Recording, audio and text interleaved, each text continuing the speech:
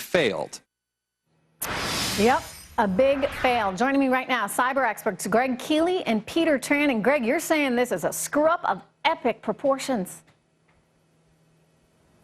Trish, good to be with you. Look, this makes the Edward Snowden debacle look like someone hacked your grandma's Facebook page. It's all very well and sexy to be talking about how many spies have been compromised and that sort of thing.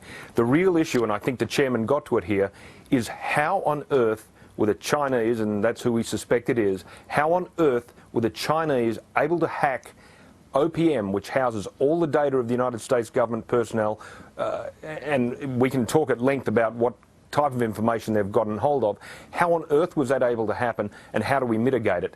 And you heard it there from the administrator. They don't have the resources. This administration has failed to join the cyber battle with the right resources to defend this country against hacks like this. Well, it's true. We don't have the resources, and frankly, we don't have the cooperation right now amongst everybody, from corporate America to government, to try and share all the information every time they are hacked. Peter, it would almost make your head spin. It makes my head spin when every day it seems as though we're hearing about new vulnerabilities. What is it that needs to be done to protect us all? Well, first off, this is by far a catastrophic failure in security. So think about it like this.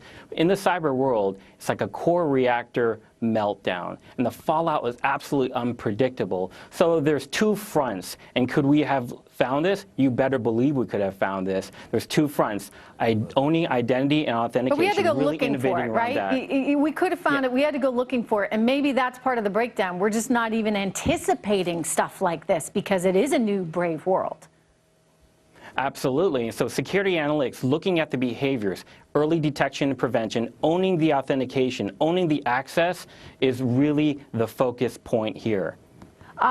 Greg, when you think about what's at risk, I mean, we've heard some of it, but it may just be the tip of the iceberg. To your point earlier, you know, it makes Snowden look like your grandmother's Facebook page got hacked. What is it that we need to be most worried about right now?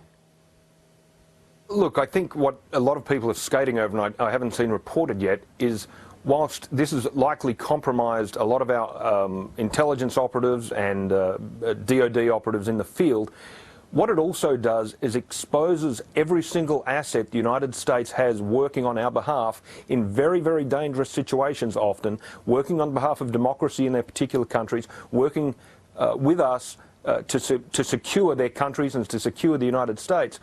Now, if I'm an asset of the United States in a foreign country, after Snowden, after Manning, and now with this, as Peter says, and I agree, a catastrophic hack of epic proportions, if you're an asset of the United States, there is no possible way you would ever trust this government to look after your interests and protect your identity.